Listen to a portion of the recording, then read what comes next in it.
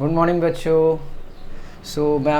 मैं आप सभी का स्वागत करता हूँ एबीसी क्लासेस में। और जैसा कि हमने प्रीवियस क्लासेस में पार्ट्स ऑफ द सेंटेंस के बारे में पढ़ा था और मुझे उम्मीद है कि आपको वो चीज़ें समझ में भी आई होंगी। और मैंने जो भी पढ़ाया था उससे रिलेटेड आपको कुछ एक्सरसाइजेस दिए गए थे। So without any delay let's discuss the exercise. ठीक है, तो आपका फर्स्ट सेंटेंस था Mohan goes to school। Okay, तो हमने बेसिकली यही जाना था फर्स्ट पार्ट में या फर्स्ट वीडियो में कि what is sentence, how many parts of the sentence. तो mainly there are two parts of the sentence. ठीक है, या आप कह सकते हैं कि सेंटेंस को दो पार्ट्स में डिवाइड किया गया है मेनली। पहला था subject and the another part or the rest part of the sentence is called predicate। ठीक है, तो हमने काफ़ी अच्छे से समझा था what is subject। तो subject is the either doer of the sentence or something is told about the subject। means कि या तो subject sentence में कोई कार्य परफॉर्म करता हो, कोई एक्शन करता हो, या उसके बारे में कुछ कहा गया हो। ठीक है, वही हमारा भाग सेंटेंस कहलाता, सॉरी सब्जेक्ट कहलाता है। ठीक है, तो देखते हैं। तो यहाँ आप देख सकते हैं कि Mohan goes to school. Okay, तो अगर आपको समझना है कि सब्जेक्ट को कैसे फाइंड करें, ठीक है, तो आप हु से क्वेश्चन कर सकते हैं। ठीक है, आप ऐसे क्वेश्चन करेंगे कि हु गोज़ टू स्कूल, यानी ये आपका वर्ब है, यानी जाता है, कौन जाता है। ठीक है, तो आप यहाँ देख सकते हैं कि Mohan goes to school means जो हमारे सेंटेंस का सब्जेक्ट है वो आपका मोहन है। ठीक है, और जैसा कि मैंने बताया था कि सब्जेक्ट को छोड़कर rest part of the sentence क्या कहलाता है आपका, प्रेडिकेट। ओके, आई होप आप सभी ने बहुत अच्छे से किया होगा। बहुत सिंपल है। ठीक है, अभी हमने काफ़ी सिंपली स्टार्ट किया है, फिर उसके बाद हम इसके लेवल को और इंक्रीज़ करते जाएंगे। कहाँ रख दिया मैंने कपड़ा।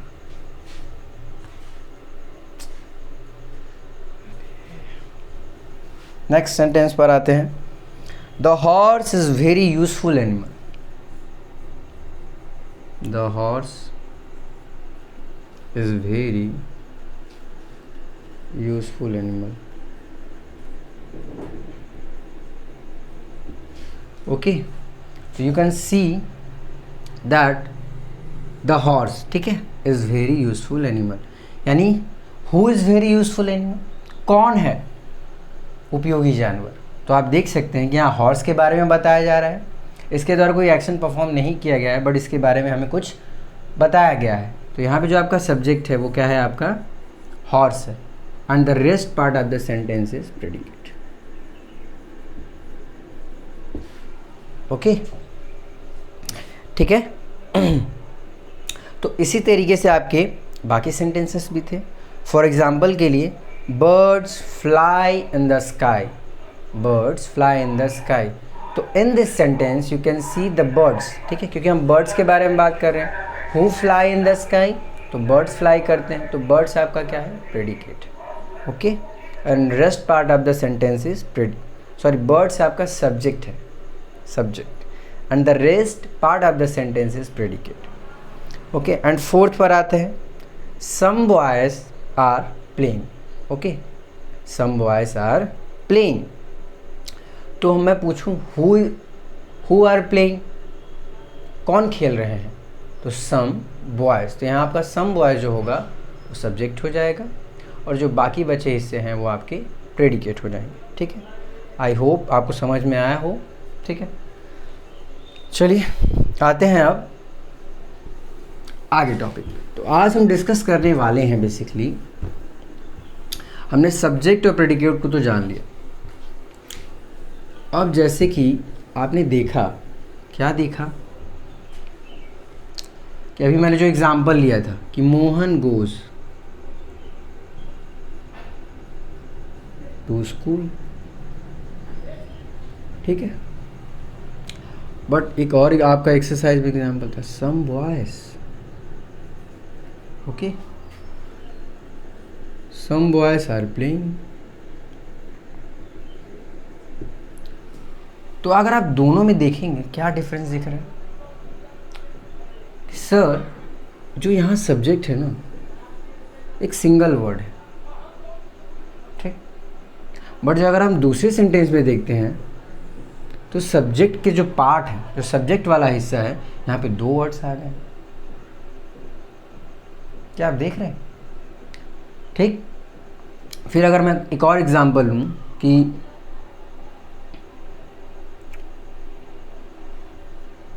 all the glittering things are not gold, ठीक है। तो आप देख सकते हैं ये पूरा पार्ट क्या है? सब्जेक्ट है।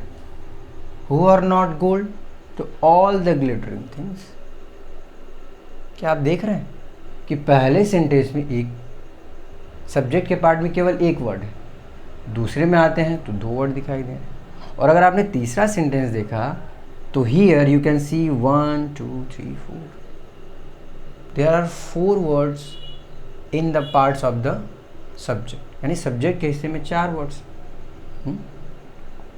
तो अब हम इसी के बारे में डिस्कस करने वाले हैं कि बेसिकली ये हैं क्या, ठीक है। सब्जेक्ट के भी कौन कौन से पार्ट हैं? तो आपके सब्जेक्ट के भी पार्ट हैं और प्रेडिकेट के भी। तो आज हम सब्जेक्ट के पार्ट्स के बारे में डिस्कस करने वाले हैं, ओके।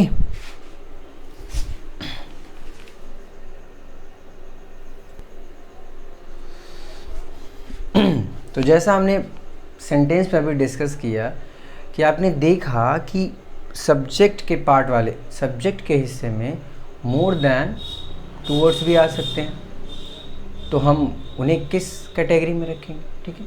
तो आप देख सकते हैं कि हियर सब्जेक्ट को बेसिकली 2 पार्ट्स में डिवाइड किया गया, ठीक है। एंड फर्दर यू कैन सी, तो फर्स्ट 2 पार्ट्स क्या है आपका?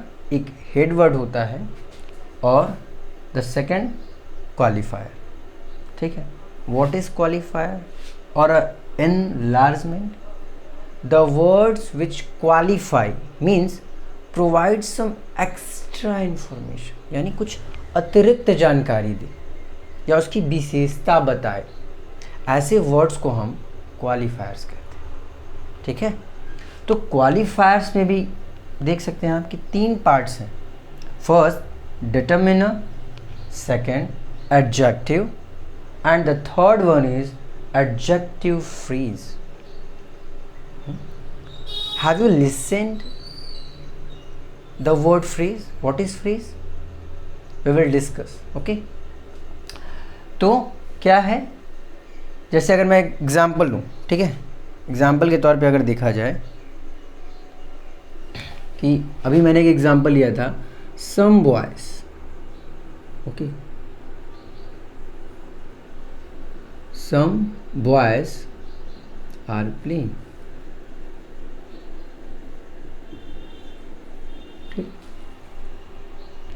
तो बेसिकली आपने जब देखा कि सब्जेक्ट को हमने 2 पार्ट्स में डिवाइड किया था, पहला था क्वालिफायर और सेकंड था आपका मेन वर्ड।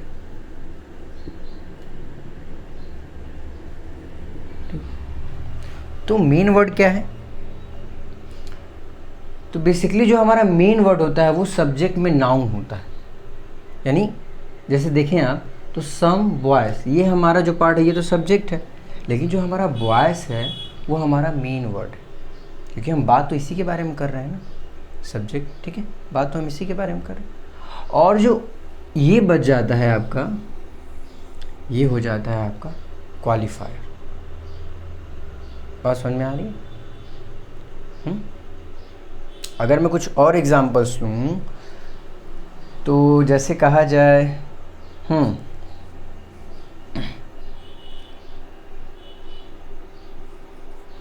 कि अ ब्लाइंड मैन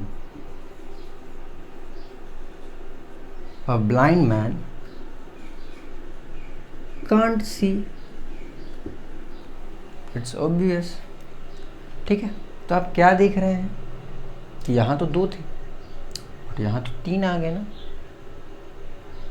तो बट हमारा मेन वर्ड है किस बारे में बात कर रहे हैं, तो you can see this part of the sentence, whole part of this sentence is subject.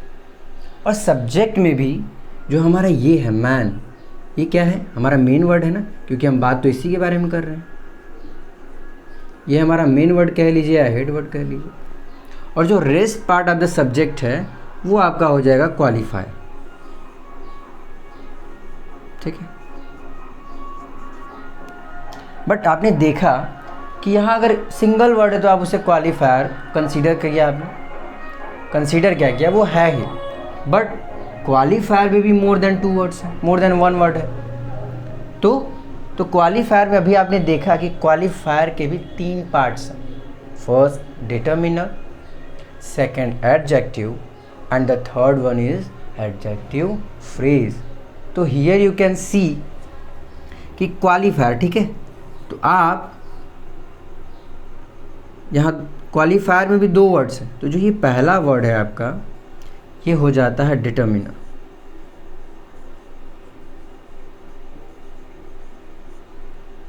और ब्लाइंड आपको पता ही है कि विशेषता बता रहा है, तो ये होगा आपका एडजेक्टिव।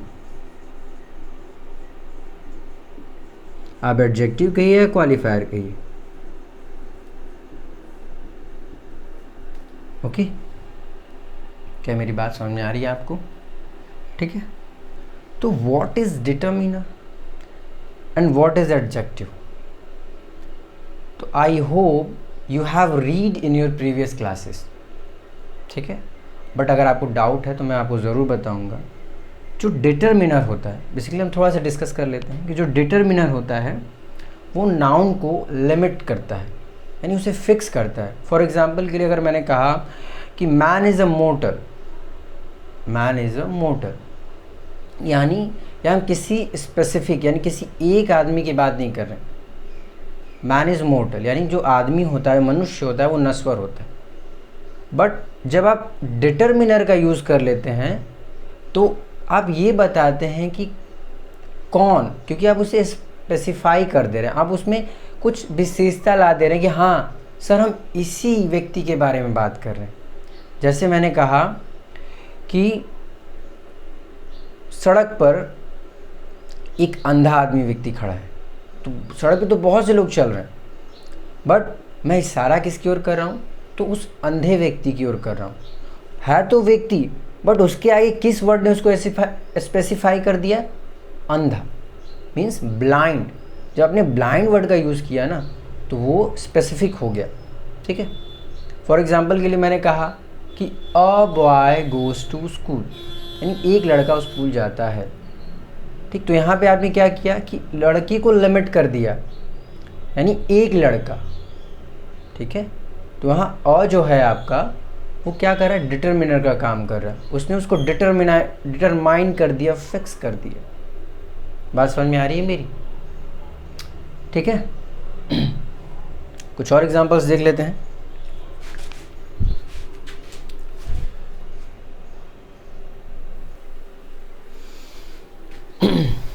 तो ठीक है बच्चों, मैं उम्मीद करता हूँ कि आपको यहाँ तक काफ़ी अच्छे से समझ में आया होगा। हाँ, बट कुछ हमने केवल टर्म्स के बारे में डिस्कस किया है, बाकी मैं चीज़ें कल लिखवाऊँगा। तो हम कुछ एक्सरसाइजेस ले लेते हैं। You have to find out parts of the subject. ठीक है, अब उसमें सब्जेक्ट के पार्ट्स और प्रेडिकेट को अलग करेंगे। जैसे मैंने सेंटेंस दिया, a man is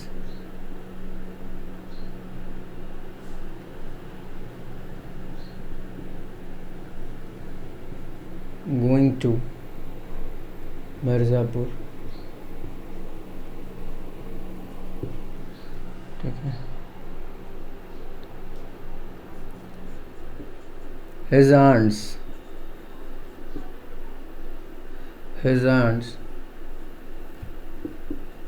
is scolding him. ठीक है. Meena cooks food. और ठीक है. My brother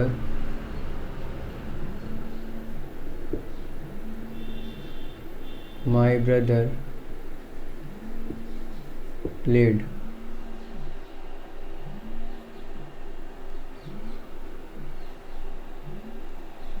और लिखा है a few.